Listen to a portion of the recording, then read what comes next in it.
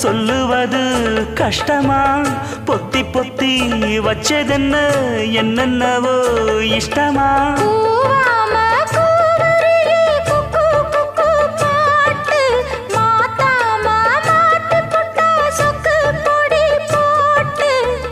யாரிடத்தில் உன் மனசு போச்சு நூலை போல உன் உடம்பு ஆச்சு